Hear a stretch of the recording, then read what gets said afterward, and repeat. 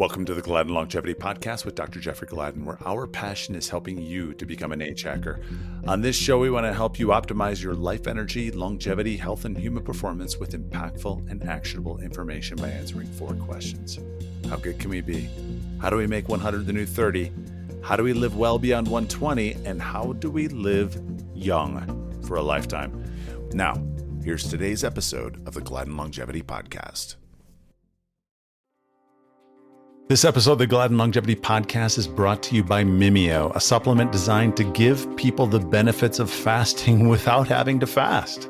Yeah, Mimeo's research found that the human body produces a unique set of molecules during the 36-hour fast. And those molecules were responsible for activating many of the cellular health and longevity benefits of fasting. With Mimeo, you can get the cellular health and metabolic benefits of a 36-hour fast even during a meal, or you can use it to maximize the benefits of your shorter fasts with powerful boosts in mood, focus, energy, performance, recovery, and appetite control.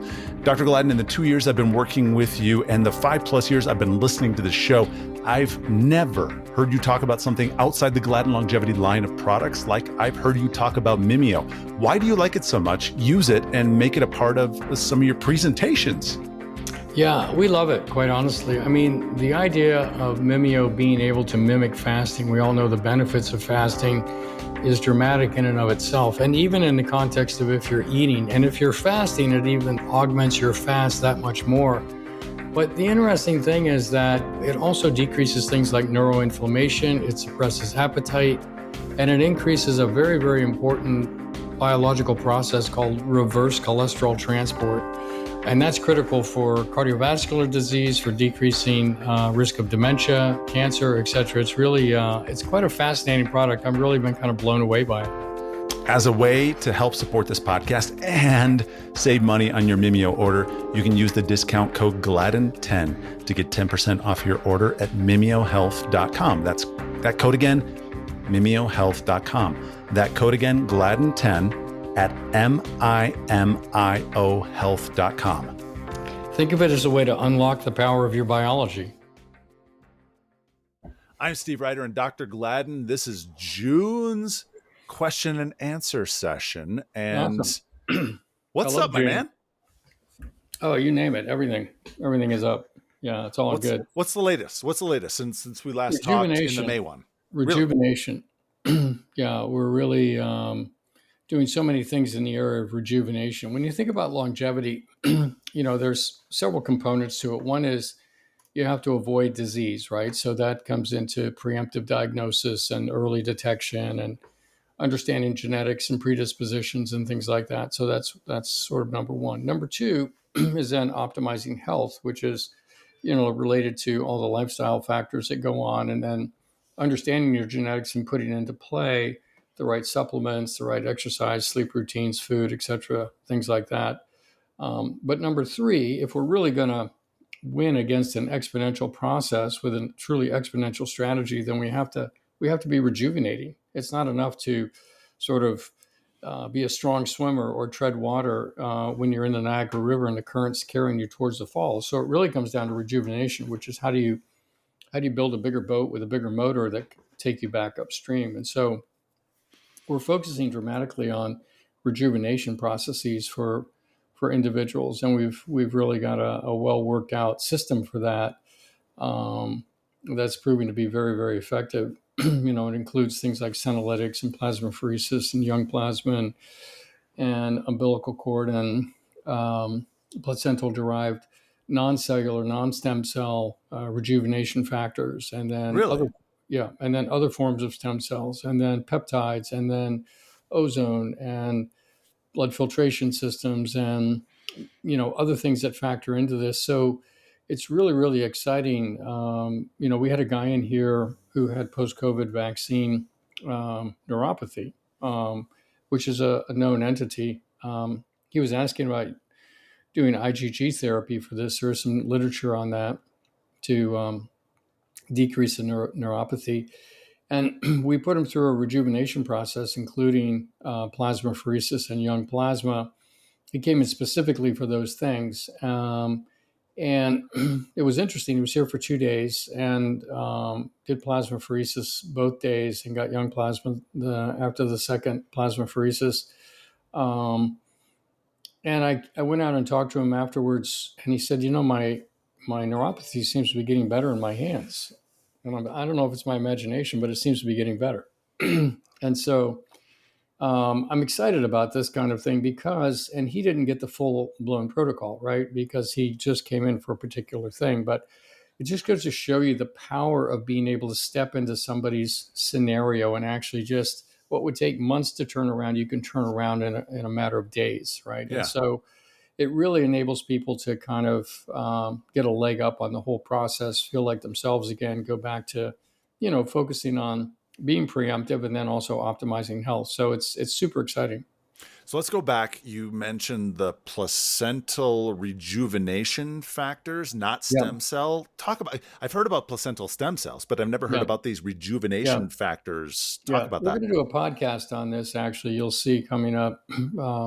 But it basically, when you think about a fetus, right? Let's look at it this way. Let's start with somebody that's 80 years old, right? So their plasma is filled with many, many inflammatory cytokines and age-related factors and a diminishment in youthful factors like Clotho and GDF11 and other proteins that actually keep us young, right? So the plasma is very, very depleted and toxic at the same time. So if you simply put stem cells into that scenario, it's like planting seeds into a field that is trashed. I mean, it has no topsoil, it has no nutrients, it's very acidic, it's whatever it is that makes it, poor soil.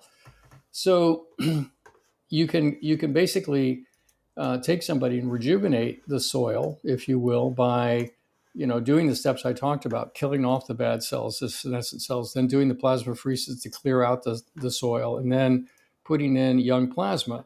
But you can go a step better. Young plasma has lots of youthful factors in it, right? And plasmapheresis is taking out the bad. Young plasma is putting in the good. But when you go back to the embryological stage, right? So the fetal stage, if a fetus basically in the process of development suffered an injury, let's say, and maybe part of their finger got cut off, they could regrow another finger, right? They have so much strength in terms of the rejuvenation elements that are only available to a fetus that's growing in the womb, right? If mom's in a car accident or something and something gets bruised or broken, they'll heal that bone. It'll never even show up as a problem, right? So if you look at cultivating those rejuvenation factors, and it's much more than just exosomes. It's many different proteins and factors, right? So when you look at cultivating those, and then they're basically sterilized and they're screened, and there's no spike protein, and there's no contamination, no viruses. You're not getting any bad stuff, and only 3% of people that are actually eligible to donate these.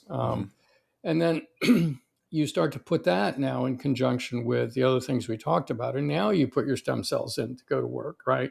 Either your own stem cells or, other stem cells, mesenchymal stem cells or whatever.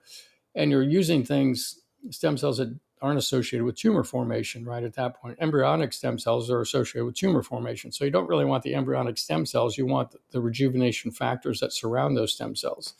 So now you put that together with the stem cells, and now you layer in the right peptides and the right supplements and the other things, and you turbocharge the mitochondrial function, with ozone and other things that we do. Next thing you know, it's like, holy cow, you're really starting to move back in time. And so that's super exciting, really super exciting. Now, at the beginning, for those that were watching the video, you had on a helmet, a red light helmet. I did. And I assume you were wearing it because this month is Alzheimer's and Brain Awareness Month. Now, I know red light helmets are also can be used for some, at least they say, for hair regrowth. So either you're using it for the hair regrowth or you're using it for brain health. No, I'm not using it for hair regrowth. I'm pretty comfortable with my current status, right? It's kind of grown on me, no pun intended.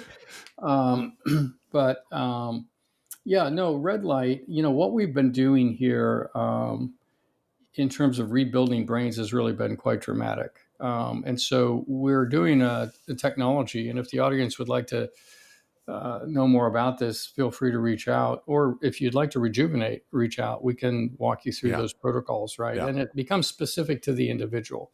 Not everybody needs Yeah. everything, and not everybody, it's really a custom fit.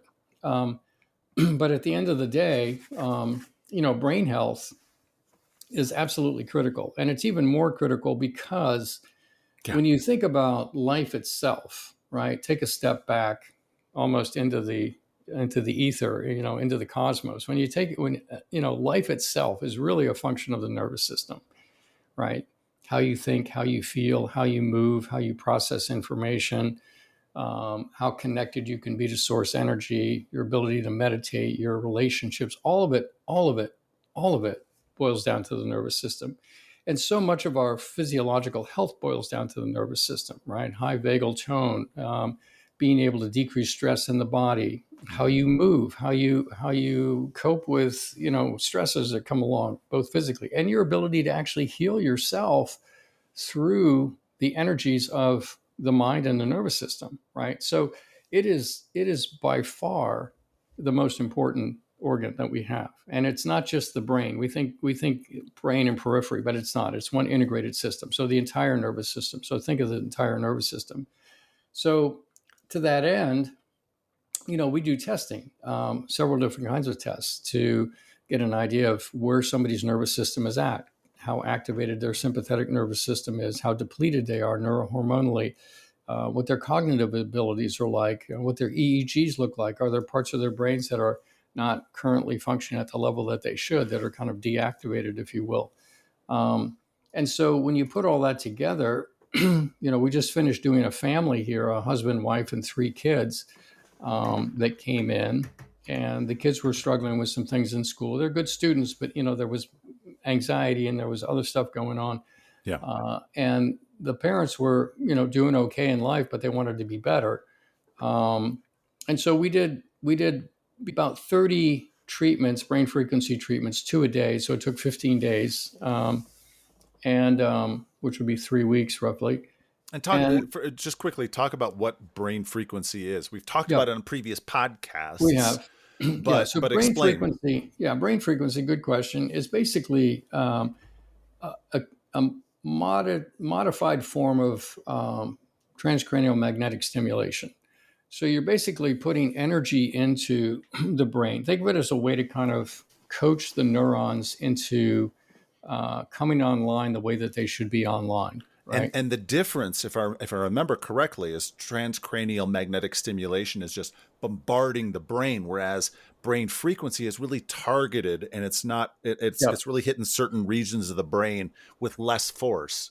So there's brain frequency, which to your point is basically covers a much larger area of the brain with lower energy, and it's done in sections. There are 4 areas that are basically addressed. And then transcranial magnetic stimulation was developed with one focal area in mind that's related to depression. And it's a very high energy, and it can be uncomfortable and painful, whereas brain frequency is not at all. It's a little, a little tingle maybe, but it's not uncomfortable at all. And it's about a 20-minute protocol, 20 to 30 minutes, depending on where you are in the process. Yeah. But we do EEGs every 10 sessions to kind of see the progression of the brain, see where it's working, see how we adjust the parameters of the transcranial magnetic stimulation to continue to kind of coax the brain forward. And it's really gratifying to see, people's brains coming back online. So it has implications for emotional health and cognitive health, right?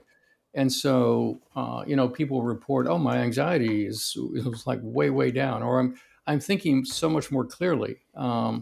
And I did 25 sessions of it not long ago, and it's made my brain feel like really, really solid. Like, it's just interesting. Like, I play certain games on my phone, and when my brain is really sharp, I can solve problems and do things very quickly. if I'm tired or fatigued, or maybe I ate the wrong thing or something, I can get a little fuzzy. But with the brain frequency, I noticed that it has much more consistency in terms of how it performs, which is really, really cool, Interesting. right? Yeah, it feels like it's more robust and resilient, and the ability to cope with things. And so it's super cool. I would recommend it to people. The upside is that it works really well. The downside is that you have to be here to get the sessions done, right? So Yeah. you'd have to be in Dallas, and you can do 20 sessions at a time, but you're committed to 10 business days, which is going to be about 12 days out of your life, and then you could come back and do another 12 days, a week or two later, kind of thing, to get the full 40 sessions. But that's how it works. So it's great. Nice. Now, you were telling a story of this client that you were doing brain frequency before I derailed you. Yeah. So basically, just that about the family, really, that they were able to, all of them were able to notice significant improvements in their EEGs and the way that their brains were functioning. So, yeah. So if listeners are interested in learning more about brain frequency, you can be sure to reach out to Yeah, reach out. We'll be gladdenlongevity.com. happy to talk with you about it. We have literature on it we can share with you and do things like that. So, and if you're interested, or you know somebody that would benefit, maybe you've got a relative or a child or a parent or something like that, it can be very helpful. It's used in a greater context, right? It's not. There's nothing we do that's an absolute standalone. So just realize that we would want to be testing someone's genetics, understanding their predisposition for different conditions like anxiety, depression, or dementia, optimizing diet and things like that, putting the whole package together, if you will. And then we in that stage also we can also use rejuvenation protocols for the brain, right? So many things can be linked together depending on how deep somebody is in the hole to kind of pull them back out. Yeah. So, Dr. Gladden, I mentioned earlier that it's Alzheimer's and Brain Awareness Month, and we talked a little bit about brain frequency and how brain frequency can help your brain. But we've got two articles that our producer Leo had sent us. One is Superagers: Brains Show Superior White Matter Health. Now, Mm-hmm. I've heard a whole bunch, and we've talked about it on the podcast, how meditation can increase the white matter in your brain, and there are other things I assume that we can be doing. So, how in this article, what makes those superagers' brains the difference, and then two, how do we focus on getting our white matter increased? Right. Well, there's atrophy that occurs in the brain for a variety of reasons, right? So part of it is related to the aging process. Like, you need certain hormones like estrogen and thyroid and things like that to be optimized to maintain brain function, and white matter, if you will. In addition, there are many toxins in the environment. People that drink a lot of alcohol, the white matter shrinks. And there's a lot of talk about whether alcohol is good for longevity or not. And it turns out that a little bit of alcohol is good because it upregulates an enzyme in the liver that processes alcohol, but also helps process other things in the body like glycerol, that can become toxic as we age. So a little bit of alcohol is good, but people that drink all the time, they're really beating up their brains, and they show significant loss of white matter. Now, Right? Dr. Gladden, I remember on the last month in May, the Q&A, you talked about making your own kombucha, and that little bit of alcohol, if I remember right, you felt That's was right. enough to kick It that is. into gear with your liver. It is. Yeah, it is for me. It is for me. And different people have different genetics around alcohol dehydrogenase, right? So it's one of the reasons that Native Americans, don't process alcohol well, is they don't have very much alcohol dehydrogenase. So for them, it's a little bit of a different story. So you have to know your genetics here. But for Caucasians and other races, it's a little bit of alcohol can stimulate it, right? So so important to know that. But traumatic brain injury can be an issue. A diet that's low in healthy fats. When we look at the Mediterranean diet, it's basically filled with healthy fats. Yeah. Olive oil and all the derivatives of that. There's a new essential fatty acid that's been identified. I just recorded a podcast on Friday. Hasn't been published yet. But we did an initial podcast on fatty 15, this 15 chain saturated fat that was found in dolphins. And it turns out that it has an incredible impact on cell membrane integrity and also activates many longevity factors, right? Decreases cancer risk, balances out mTOR and AMPK. And so when you're looking at that, we've got some novel ways that we're looking at the impact of it, right? And we can actually measure, well, what is the C15 level in your cells, right? So we do that with a test that we do. And then we can also measure whole body phase angle, which is another measure of cellular health, which we do with an in-body. So it's possible. The recommended dose for fatty 15 is 100 milligrams, but we can dose it differently depending on what somebody's levels are. And it's an interesting story because it turns out that people that have a level of 0.2 to 0.4 basically are in a good range. People in blue zones, however, and it would correlate with people that have this increased white matter, have a level of 0.4 to 0.6. And we see a lot of people that come in at 0.9, 0.8, right? And so getting them up to I just looked at a 35-year-old guy that came in to see us. His level is 0.1, Ooh. right? Yeah, it's 0.1. And a lot of it has to do with the fact that back in the 50s, we had levels closer to 0.4 here in the United States. But when we went to low-fat dairy in the 80s, a lot of it fell down, right? So eating higher fat, fuller fat dairy is one way to get C15. Of course, it can have other implications for your cholesterol and your arteries.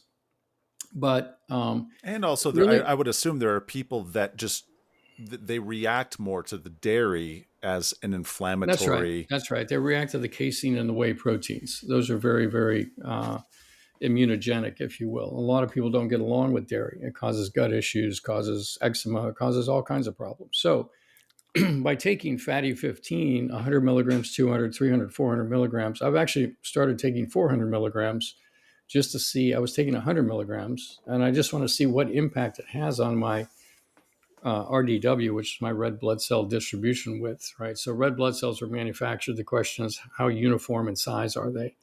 And the more uniform in size they are, the more cell membrane integrity there is, right? Like all the donuts are uniform now or close to it.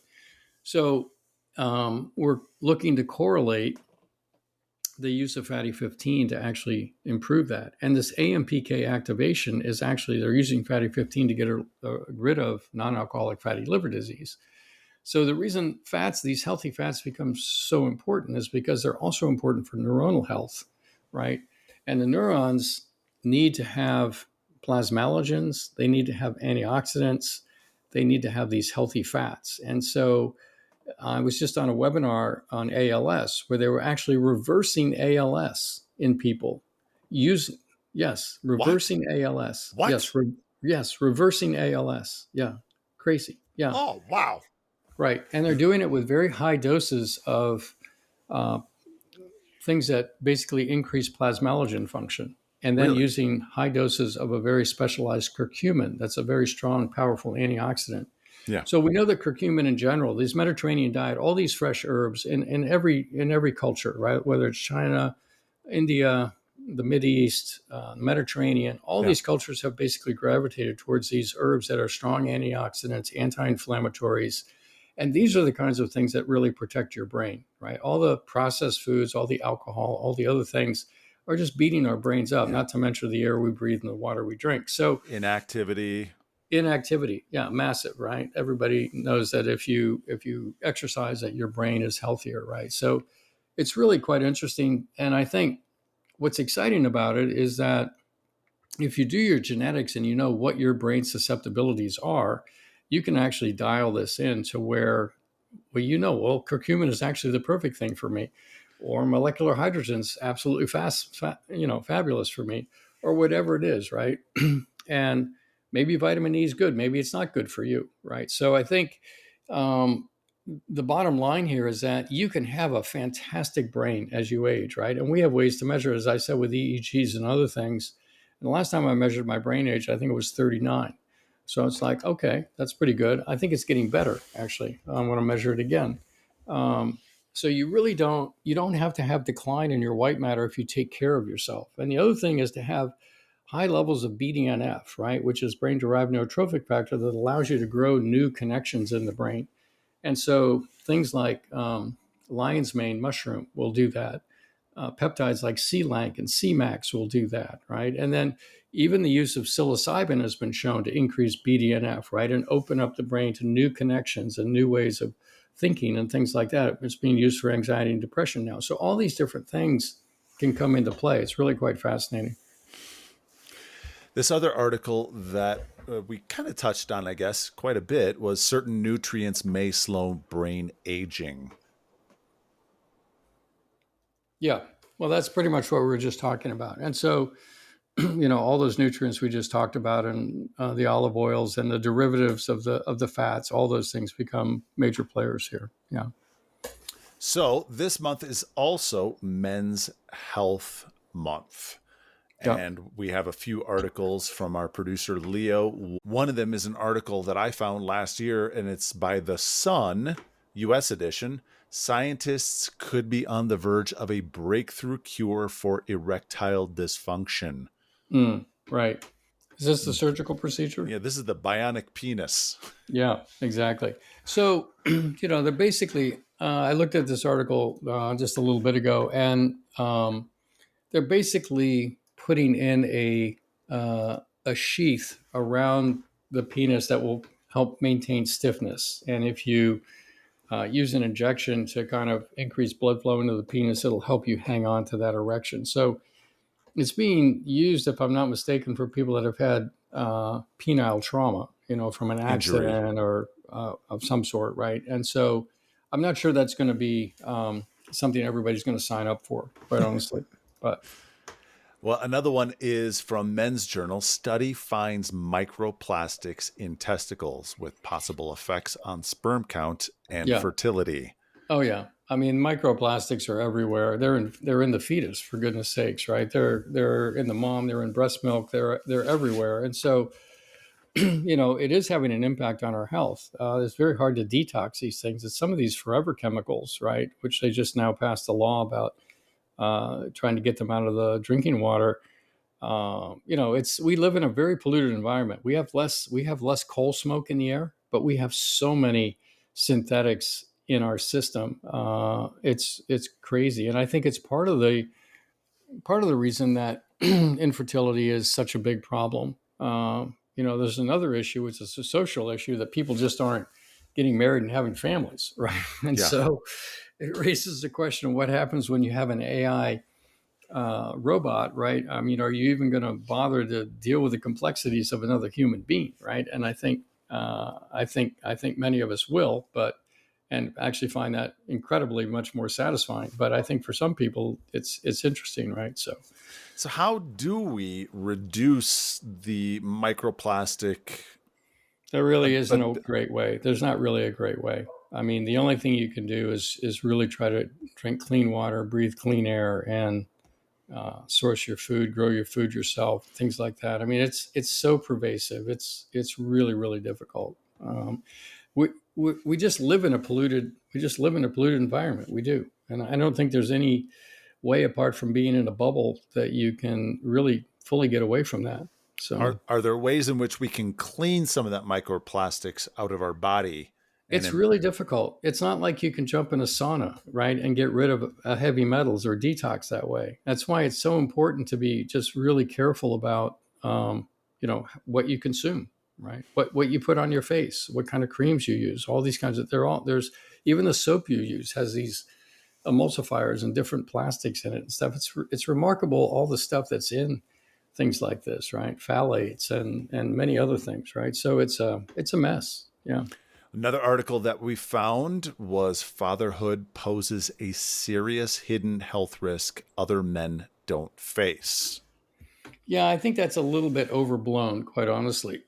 I think there are many men that are incredibly happy to be fathers. I know that being a father is one of the greatest joys of my life, quite honestly. And I think I Same. see you nodding your head, right? I think Yeah. that's the same for you, right? So I think, quite honestly, it's added much more joy to my life. I suppose that if you're in a situation where having children increases your stress, either economic or psychological, and particularly if you're going through divorce and things like that, it can be tricky, right? That can certainly take a toll on your health. And if you find yourself sacrificing your health for the sake of providing for others, that can certainly take a toll. But mothers do the same thing all the time, sacrifice their health for the sake of their children, right, and their families. So I think I think the bottom line here is to realize that the best way you can take care of your family is to actually, take 60 to 90 minutes a day for yourself. Yep. It's not selfish. It's actually an act of giving. I'm giving to myself so I can give to you, right? And it's we frame it up in the wrong way. We think we're being selfish somehow, or we're neglecting our responsibilities, but it couldn't be further from the truth. If you really want to show up, you have to take care of yourself. Otherwise, you're not going to be there. I mean, we all know this from our own families. So I remember in 2012 when I burned out. I was working in internationally syndicated radio, and I moved to a new radio show, and the work was overwhelming. I burned out physically, spiritually, emotionally. yeah, I was depressed. And I told Elizabeth, and coming out of that, my late wife, I told her, I need to get out in nature. I need to hike. And it's right. going to be for everyone's benefit, because I'm going to be able to just process and That's right. exercise and get some fresh air. And it's going to be good. So that time that I took, that day that I took to go hike Mount Sherman, one of the 14ers, the mountain's above 14,000 feet here in Colorado. Right.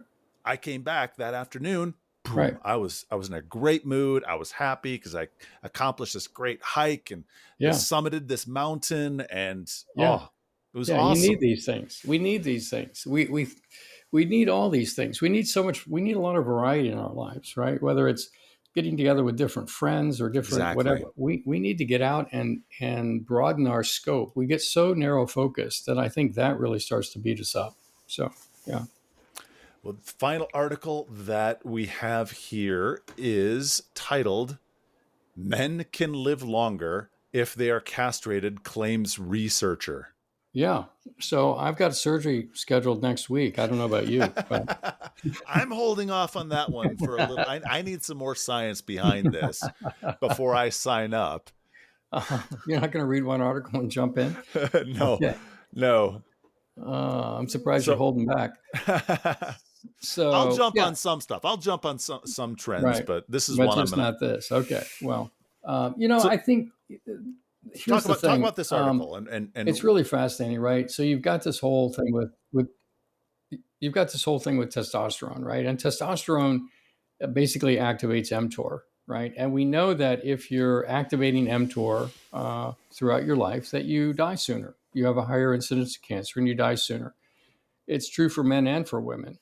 So you could say if you were hormonally depleted, that you would live longer, but then you have to ask yourself, well, what's the quality of your life, exactly. right? And what's the quality of your brain and your muscles and your bones and your everything else? And so somewhere in there, I think there's a sweet spot. There's a balance point where you can have testosterone and you can cycle into mTOR and maintain muscle mass and bone density, but you can also use things like rapamycin, to block mTOR, and you can not be shooting for the highest levels of testosterone that you can possibly get or the highest levels of growth hormone. I think there's a smart way to go about this to where you can hopefully have your cake and eat it too, to the greatest extent possible. And if it gets to the point where, the option is for castration, then, the impact of that, just in terms of your own sex life and manhood and all the other things, I don't know. To me, that just seems like there's a big price to pay there, right? So,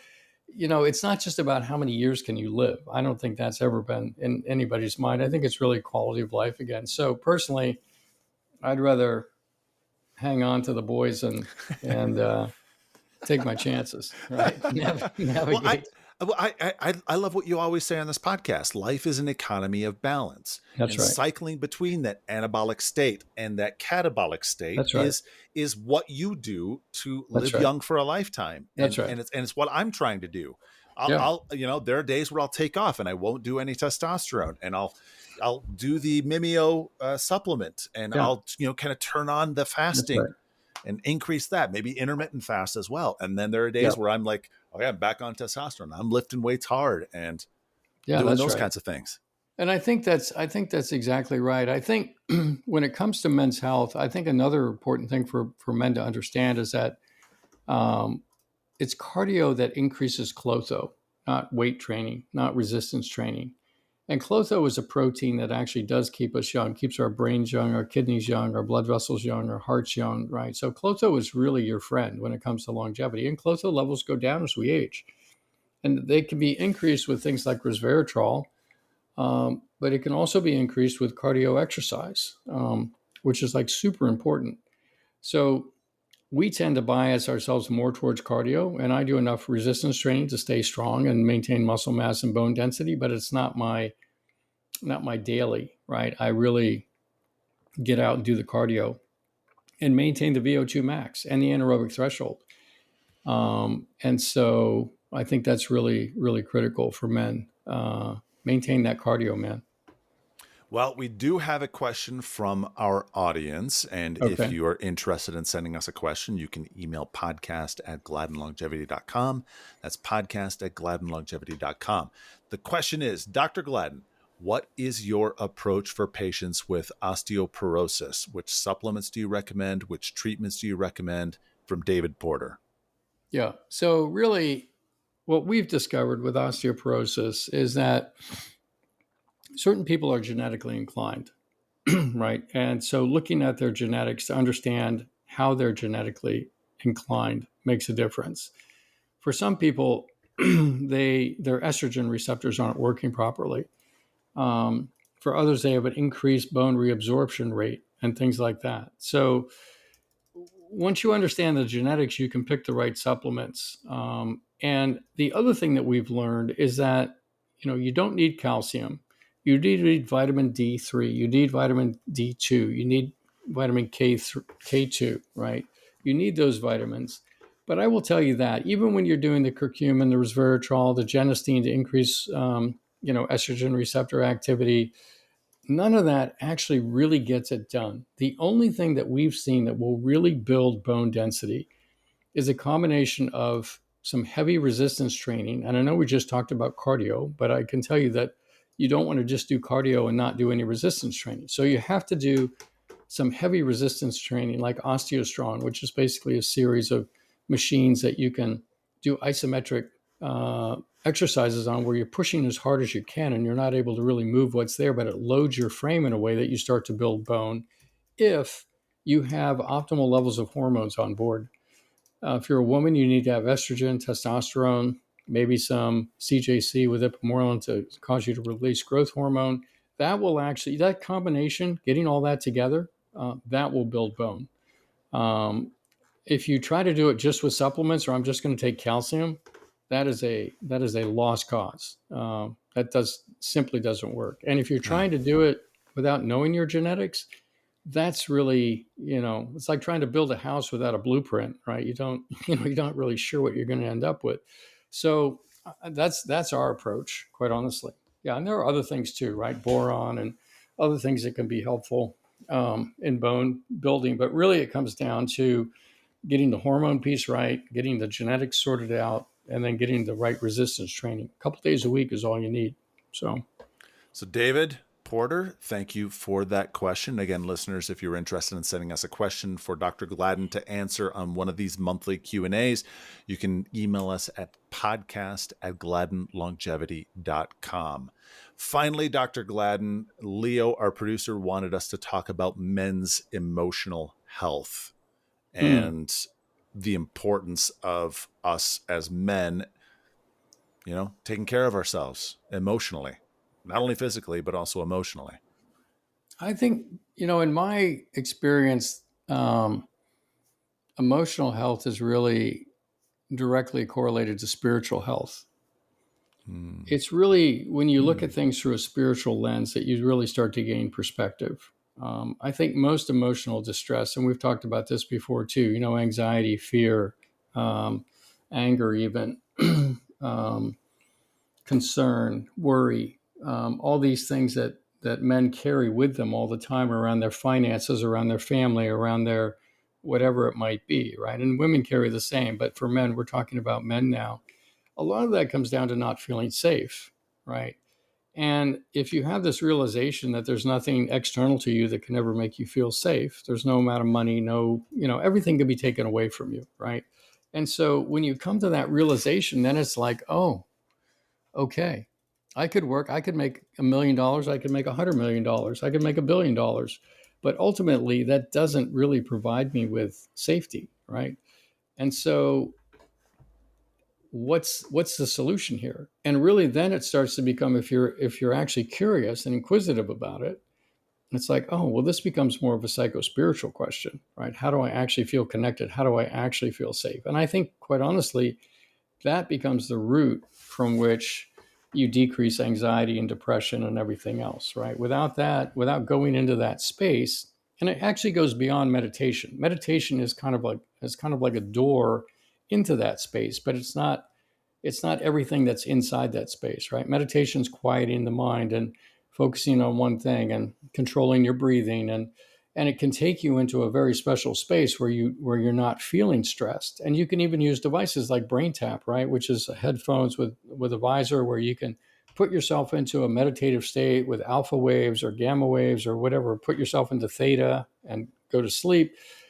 You can use those devices, but ultimately you've got to come to a different level of perspective if you're really going to crack the code on your emotional health, right?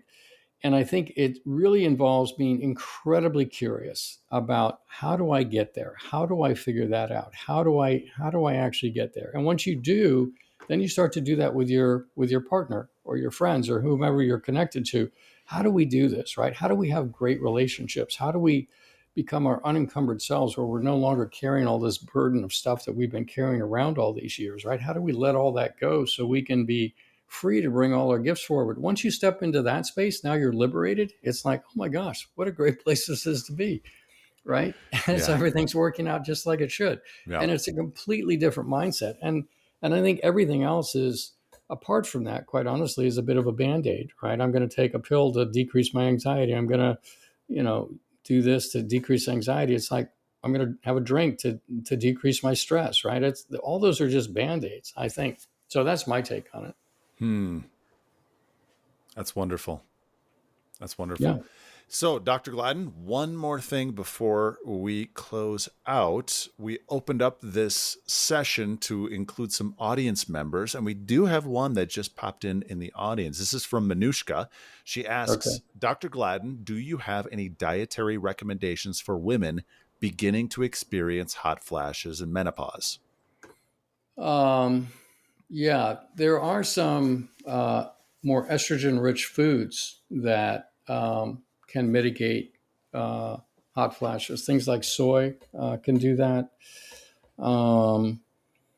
So I would look at eating foods that actually potentiate estrogen. That would be the way to go to decrease hot flashes. Some of the phyto hormones, the plant-based hormones can do that, which would be good. There's other ones like flax. There are omega-6s like GLAs that are actually quite healthy and anti-inflammatory. All those can be helpful. But really, it's about reboosting some of the estrogen levels. So either you do that through hormone replacement therapy, or you try to do it with foods that kind of mimic that. There's a supplement called genistein, which is really nice because it activates estrogen receptors, but doesn't give you a lot of the negative benefits or effects of estrogen. So we're big fans of genistein, and so that's another option for you. Yeah. Is that genistein available in the Gladden Longevity shop? It is. Yeah, it's available in the Gladden Longevity supplement shop. Exactly. So listeners, if you go to gladdenlongevitysshop.com and you enter the promo code podcast10, you can get 10% off of your order. Dr. Gladden, thanks for being on this month. Got any big plans over the next 30 days? Lots of rejuvenation. doing lots of rejuvenation stuff. Yeah, super fun. So yeah, we're having a good time. Thank you for listening to this week's episode of the Gladden Longevity Podcast. If you would like more information on what we've discussed or other topics, please reference the show notes or go to gladdenlongevitypodcast.com. You can also find us on Instagram, Facebook, and Twitter by searching Gladden Longevity. If you've enjoyed this podcast, please subscribe to get future episodes delivered to you and share our podcast or this episode with someone in your life that you may find benefit. Thank you for listening. We'll be back next week with another exciting episode. The Gladden Longevity Podcast is provided for informational purposes only. It does not constitute medical advice. This content is not intended to be a substitute for professional medical advice, diagnosis, or treatment. Always seek the advice of a physician or other qualified health provider with any questions you may have regarding a medical condition. The use of any information and materials linked to this podcast is at the listener's own risk.